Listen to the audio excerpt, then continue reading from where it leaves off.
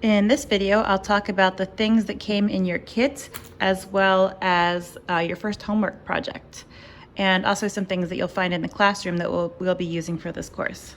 Okay, so first of all, you received a whole lot of these. These are stretcher bars. Half of the ones you received are 18-inch and half of them are 24-inch. They go together to create the structure of a canvas, and I'll be showing you how to actually build the canvas in another video a little bit later in the semester. This is the canvas that will go around these. You'll stretch this around these once these are assembled. But for the first couple of assignments, you are instead going to be working on these panels. You can see that it's just a piece of really stiff cardboard that already has a canvas on it. You can see the texture there. So for homework assignments early on, we'll be using this for the squares assignment and for the alla prima assignment. So you'll have two of these. In class, you'll just be practicing on gessoed cardboard. And that brings us to gesso. This is a big container of gesso that I'll be keeping in the class, but you should receive a smaller gesso within your kit that you can use personally. I've got this extra in the class in case your kits don't arrive right away, or in case you run out of gesso during the semester. You can always use that. So let me explain what this is. So gesso is a white base. It's like a primer. If you were to ever paint a wall, that you prime it first. And so this acts like a primer for our oil paint. Oil paint on a canvas, if it were to be applied directly to the material of the canvas, would eventually rot away the material, over decades, because that's what oil does, right? So this acts like a sealant. It's an acrylic paint that's just kind of cheap and white. You put that down first to protect the canvas, and then you can oil paint on top of it as thickly as you want. Okay, and I'll explain the paints in a moment. You also received an eraser and a pencil because you'll be drawing your compositions onto the canvases before you actually go in and paint. And you'll notice that your pencil is a 5H, which is a very light pencil. I don't want a lot of graphite to be getting into the paint, and so I also don't want your lines to show through the translucent paints, and so that's why I got you such a light pencil. Be sure to use a light hand when you draw on your canvas too, because you want it to be erasable, and you don't want that graphite pigment to get into the light colored paints and really make them look murky. You also received a palette knife, and this is used to apply paint to a canvas in the kind of way in which you'd butter a cake, or to scrape paint off of the canvas. So you'll be using this occasionally, particularly when we get into a lesson on impasto, which is when we apply paint very, very thickly. But for most of the time, you'll be using these brushes. So you can see you got one brush that doesn't come in the main pack, and it's a tiny little liner brush. So it's for little tiny details. You also received a larger and a smaller round brush. They're also pointed. You received the big flat-headed brush. You received the fan brush. You received this angled brush. This one's really great for making sharp, straight lines. And you received this one with the rounder head. It's flat one way, but it's got a round edge, and that's called a filbert. Okay. Lastly, in your kit, you received this paper. I know it looks sort of like sketchbook paper, but it's not. Instead, it is a palette that you could rip off. So once you have your paint applied on here, and you're using your brushes, scooping it up, putting it on your canvas, and you got this whole messy thing, you can just rip this off and throw it away instead of having to use a kind of a scraper and scrape all the paint off for a new day. So it's going to save you a lot of time. All right, now some things that you're going to find in the classroom. As I already mentioned, extra primer. You also are going to see these. These are staple guns. The staples come out here, so it's not like the kind of staple guns that you will have seen before. You can actually staple into a drywall with this, but we're not going to be using it for that. We're going to be using it to catch the canvas against the wood here when you do your stretching. And so that won't come up for another couple of weeks. There will also be a number of extra staples, and these should all be kept in the back of the room in that supply cabinet. All right. And so I have to buy new staples every year because people walk off with my staple guns. So please do not walk off with my staple guns. They should remain in the classroom. If we end up being totally online later, you can buy one of those staple guns. You can get them on Amazon. You can get those anywhere if you no longer have access to the art room for some reason. Okay, and now last thing before I get into talking about the paints. This is our paint medium. When you are using these water-soluble oil paints, so let me explain first. Oil paint is usually not something that would be mixed with oil, because you know that water and oil separates. If you think about olive oil with balsamic dressing, for example, one sits above the other. But these are special oil paints that we use in this class because they are better for ventilation. They won't hurt your lungs and they're not poisonous. Traditional oil paints have cadmium and lead in them. These don't. These are really safe, but they aren't exactly like a normal oil paint. A normal oil paint, if you've ever used them in the past, you cut it with turpentine or any kind of paint thinner. Instead, you're going to be using water for these, but with traditional oil painting or these, you also mix it with some kind of medium. Okay, so we got a general water mixable oil medium. And what a medium does is it seals in the paint. It's a little bit more plastic than the water is. And so if you were to paint entirely cutting your paints with water, the water would dry it out, sort of. The paint would be really chalky. You'd probably be able to scrape it off if you were to rub your canvas. Whereas if you mix it with medium, then it's a sealant in a way. And so it creates a hard, shiny surface on top of, on the top of your paint. So that way it seals it in and protects it and nobody can later kind of scrape it off. And it also makes it look a lot more vibrant and a lot less chalky. Okay, so this is going to be your friend. So throughout the painting process, you'll be mixing these paints with both water and with medium as you paint. These are the paints that you received in your kit, and I arranged them in this manner for a very specific reason. I want you to see these paints the way that you saw them in the lecture portion of this video, where I was talking about which paints you would mix together for different colors. And so you can see we've got two different reds here, alizarin crimson, which is the cooler red, closer to the blues, and cadmium red, which is the warmer red, closer to the yellows. Now we also have two yellows. We have the cadmium yellow deep, which is our warmer one. It's closer to red, and our lemon yellow. Some brands call this like a cadmium yellow light, but lemon yellow in your kit, which is closer to blue.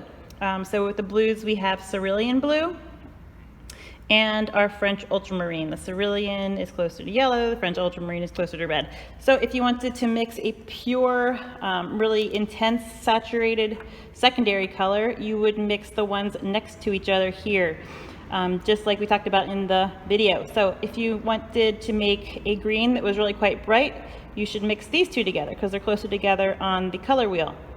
If you wanted to make an orange that was quite bright, you would mix these two, the warmer primaries together to create the orange. And if you wanted to make a bright purple, you would mix these two together.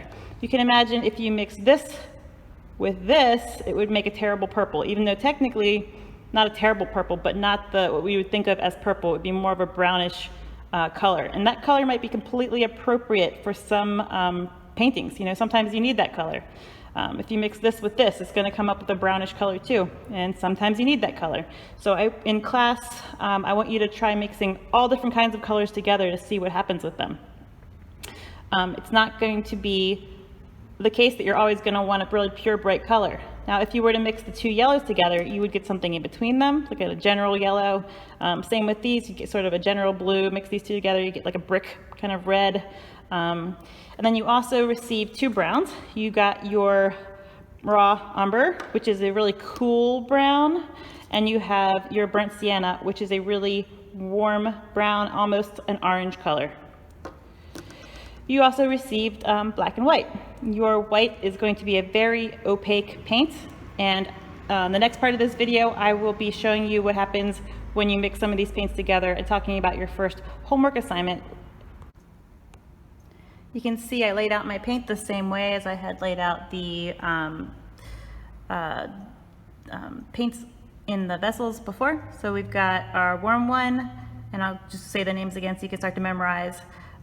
This is cadmium yellow deep. This is our lemon yellow. This is cerulean. This blue is French ultramarine, alizarin crimson, cadmium red, white, black.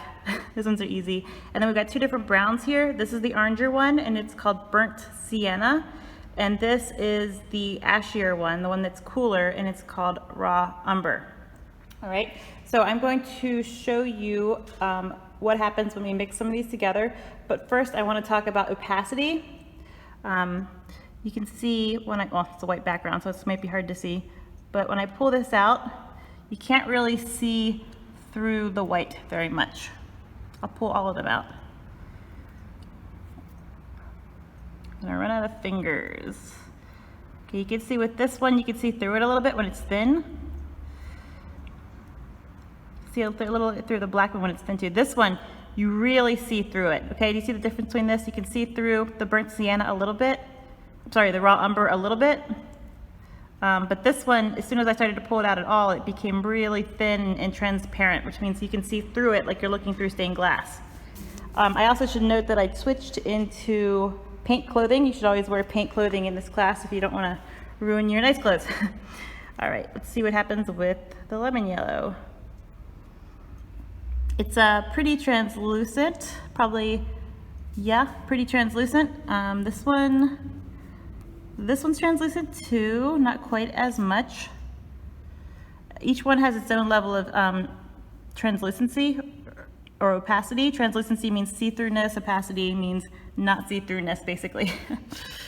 Now this one, the cadmium red is somewhat translucent, but not nearly as translucent as this one. You see how right away it started to, like here it has a little bit more of an opaque quality, where this one, it just immediately, as soon as I started to move it, you could see right through it. Now between the two blues, this one is pretty translucent, but it's also a lot more opaque than this one, which is very see-through. It's hard to tell because it's so dark, but it's very, very see-through, right? And so these two both are very see-through, and this has nothing to do with the actual color of it. It's just what the paints are made of. Some of them are more translucent than others, okay? If I get close, you can really see what I'm talking about. You can see a bit of the white through there, whereas here it's a little bit chalkier. You can see through where it's really thin, but for the most part, it's not like glass in the way that this one is very much like glass. This one is like glass. This one is a little bit less so, unless you get it really thin. Okay? And white is very, very, very opaque. It's the most opaque color. So if you add white to anything, it's going to make it harder to see through it. And this is not very important in the first painting that we're going to be doing of something, because you're going to be mixing fairly thick paint. But for the project that we're starting with, the very first project, which I'm going to talk about now, our squares project, it's all about learning the translucency and opacity of these paints, and it is also about what happens when you mix various colors together. So we talked in the lecture, these are examples that students have left behind before, and they're not necessarily the best ones, they're just ones that are here. And so I'll talk about, sorry, there's an ambulance outside. I'll talk about what does and doesn't work with these two. You can see that the person accidentally dropped theirs in Gesso, which is a primer, which is something that also should be in your kit. I wonder why that wasn't in the kit, actually, that I received. Anyway, if you don't get primer, let me know, and I'll make sure that you do. Also, I will talk about what primer is in the video where I show you how to stretch and Gesso canvas. You don't need to know that right now because you're going to be working on these panels for a couple of weeks, all right? So in this one, this project, I ask you to please make a 2x2 square grid. So it's going to be on your panels. It's going to be 6 across and 8 up, or it could be either orientation. But what I want you to practice is using your brushes to get very tight lines. And so I had mentioned earlier that, I'm trying to get the brushes out here. I didn't want to come out of the package. Anyway, this brush is particularly good at making straight lines. So I don't want to see a halo, of white sticking out between these. You can see a little bit of that here in the corners. I want to see perfectly straight lines if possible. This will really train I know it's a pain in the butt, but it's going to really train your hand to have control over the brushes. To get into the corners, you can use this kind of brush. Get right in here. Think of this like the way the tortillon is for your drawing, when you had drawing one. Remember, the tortillon had little tiny points, so this tiny little pointed brush can help you get in there. Now, the project asks you to please mix 6 times 8 is 48. 48 different values, different hues, but with the same, 48 different values, but with the same. The project asks you to mix 48 totally different colors. The colors could be similar to each other, that none of them can be exactly the same.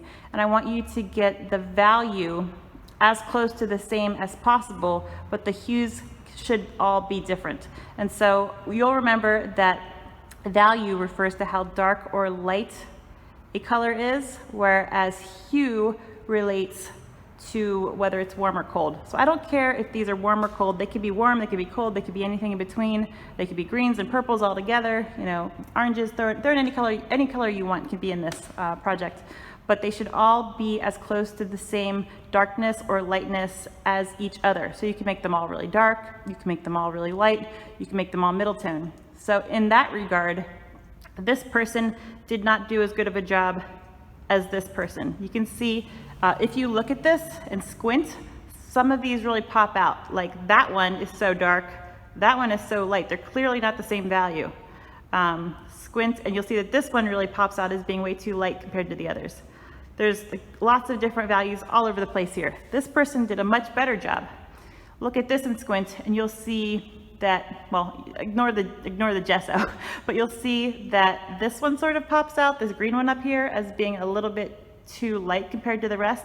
But this person did a much better job of, and this one really pops out a little bit as being a little bit too light. But this person did a much, much better job than this person who has values all over the place, okay? And so this is all about making sure you understand what a value is compared to a hue. It also is all about training your hand to have a lot of control over the brushes, so that you can get these straight edges and these little points in there. But it's also about opacity and translucency of paints, because if you were to go ahead and try to make a red, let me get a bigger brush here. I'll use this one. Let's say that you wanted to have a color that was really translucent next to a color that was not. So let's say this color brown, and you're going to be mixing these, you're not just going to be using them straight, but this color brown is pretty opaque, so I'm not going to make this perfect because it would take too long and I don't want to make you watch this forever. But let's say you made a square out of this, which is our raw umber. It's a pretty opaque paint, so you don't see a lot of variation across it. I want it to be as dark and light across the entire thing. Now let's say you wanted to put some, a square that's also dark, but includes a lot of your alizarin crimson next to it. Also a dark color. You can see when I have it all grouped together on here, it's pretty similar in value to that. You can barely see it when I put it over there, right? If you were to squint your eyes and kind of get rid of all the hue, as much of the hue as possible, they're pretty close, right? But then you actually go on here to paint it, look what happens. Super translucent. Now you mix it with some colors that are less translucent, and that will affect it as well, because you remember you're not just doing straight tube colors like I'm doing here. This is just for instance, to show you what kind of issues you might come across with opacity and this project. All right, so we've got this in here, and you can see that this is darker than this. Now you think, okay, when it was all together, you know, all glumped up, it was a much darker color. You can see that here. But let's say you try to go in here and just put it on super dark all at once. It's going to be really gloppy and hard to control, and your edges are going to be hard to make straight. See, as I'm trying to spread it out evenly, parts of it are getting thinner, parts of it are getting thicker, and it's just a little bit unwieldy in terms of I don't have a lot of control over it. So it is getting darker, but you see all the streakiness of this? This is not the same all the way across. So what I would need to do with this is do a layer like I did before that is nice and thin, let it dry for a day, and then do another layer to make it darker. And then if it's not dark enough yet, let it dry for a day and then do another layer. So this project is going to take a while, particularly if you use a lot of colors that are translucent and you want them to be really quite dark. You could always try to work with lighter colors. All right, so, you know, making all of the colors light, and that might be a little bit quicker, but this is definitely more challenging. Now I want to show you what happens when you mix white with something, because I talked about how white is the most opaque color, and it's a little bit hard to see that right now because you're looking at white on white with the tearaway palette, and you're looking at white on the canvas. So I'm going to mix white with something. I'm going to mix it with what we just noted was a very translucent pigment, and you'll see how it even makes this one super opaque because white is just so extremely opaque on its own. So now I'm getting away from the value situation. I'm just talking about what the paints do. I should have blended that a little better before I put it up here. But you can see that not only does white make even alizarin crimson opaque, but it makes it a totally different type of color in regard to its saturation. So you can see that if I thin out alizarin crimson, I'll do that even more here. I've got a little white on my brush still. Hold on. Let me use a little bit of medium here. You're also going to want to get a glass for your water, a glass jar, and just something like a cap or whatever to put your a little bit of your medium in. All right, because you're not going to want to dip this into the medium every time, because then the medium will have lots of different paint colors in it, and you certainly don't want that. So let me back over here. We lighten this up by thinning it, and now suddenly I have a lighter color than this, but it's not creamy looking like that. You see? So it's a little bit more translucent. So let's say I had something dry underneath that. Like let's say I already painted, say I painted a smiley face. All right, and it was dry. And then I went over it with alizarin crimson that was just watered down with water and medium, and I were to go totally over it, you would see through this to the smiley face, okay? And so that's what the benefit is of working with translucent paints for certain types of painting. And we'll get to that in about a month and a half. You don't have to worry about that quite yet, because at first we're going to be working after this project with kind of more opaque paint. But you can see what happens if I were to take this paint, the mixture of white and alizarin crimson, and put it over this smiley face, assuming that the smiley face were dry, it would completely cover it up. You wouldn't see it at all in the way that you would with the translucent paint. Now, let's mix some weird colors together. Actually, let's go make some not weird colors together first. Let's try to make a bright green. Let's try to make the brightest versions of colors we can. So I'm taking the cooler blue, the cerulean, and the cooler yellow, the lemon yellow, mixing them together.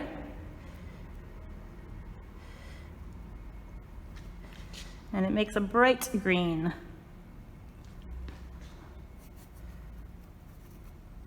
Now, let's try to make a really kind of traditional looking purple. We'll mix a bit of this. I'll just do it on Let's just do it on the panel.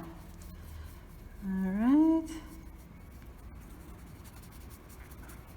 And we get a really purpley purple, which is a super dark color. You could make it a lighter purple by thinning it. See, thin it out, suddenly it's a brighter purple. Brighter, lighter purple.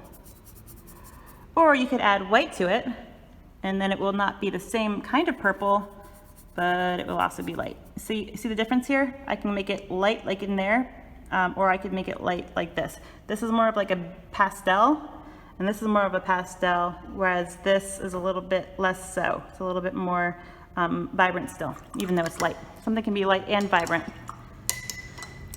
Now let's make a really traditional kind of orange. We'll be mixing the warmer red, which is the cadmium red, with the warmer yellow, which is the cadmium yellow deep. It's almost like an orange already. When we mix those together, I'll just put them both on here, we get a really bright kind of orange. And you add a little bit more of the yellow, you'll get like a yellower orange. You add a little bit more of the red, you'll get a redder orange. But you're basically making really bright colors by mixing the colors that are closer together on the color wheel to get your secondaries. Whereas if you start to mix colors that are not next to, that we think of as being next to each other in terms of primary colors on the color wheel, but are not quite next to each other, then you get like different kinds of things happening. So let's mix our cerulean blue, which is our blue that's closer to yellow, with the, instead of mixing it with the lemon yellow, let's mix it with the cadmium yellow deep. And this is going to create something different than this green.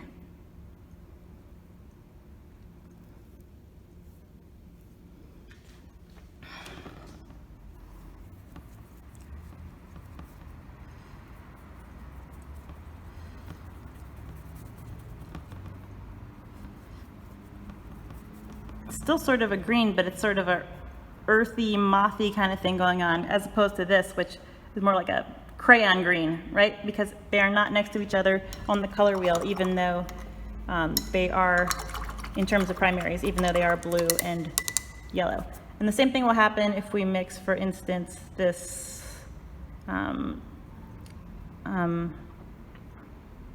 French ultramarine with the cadmium red instead of the alizarin crimson. So let's see.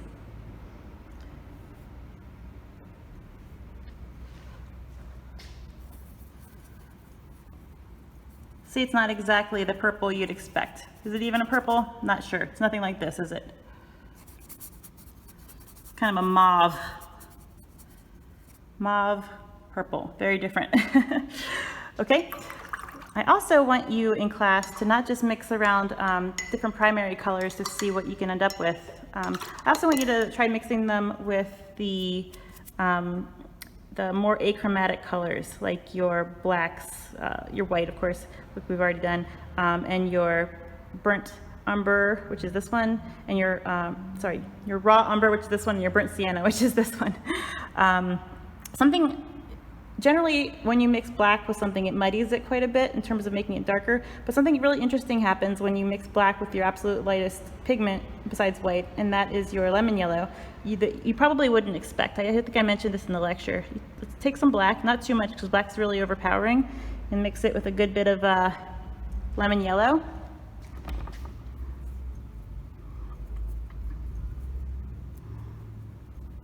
And it creates basically a sap green. And the reason is that the black isn't actually made out, the black pigment isn't made out of something like coal that is extremely black, because that just wouldn't be chemically sustainable. It's made out of really, really dark pigments, but they're on the bluer side. And so when you mix it with yellow, it comes up with the green. And it actually looks more green than that, doesn't it? Even though that is, that is technically mixing a blue with a yellow. And so it's pretty cool. And so in class, I want you to just practice mixing all kinds of crazy things together and see what happens. I want you to try using this brush to get straight edges. I want you to use the pointed brush I showed you, or even this like super tiny brush that I said you would use for tiny weeny little details. Those are the three that are going to be most useful for you. I don't know where that round brush went actually. Those will be the three that will be most useful for you for this first project. Oh, here it is. This is what I was talking about. And when you are ready to start this on your panel, I think the most sensible thing would be to find a ruler, measure it 2 inches across, 2 inches across, 2 inches down, 2 inches down, use a ruler to line them up.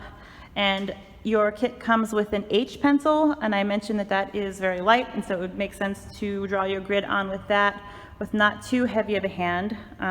Often when you draw against a ruler, people tend to get heavier handed than they ought to because they're just pressing against the edge of it. So be sure to be light with your hand, so that way the graphite pigment doesn't affect your colors. You can imagine if graphite got mixed in with something like a lemon yellow, that would really muddy it up. You know, lemon yellow, you can kind of see through it. It's super light. That black graphite would just take over, all right? So light hand. And we'll talk in class. If you have any questions before that, post it to Celtic Online.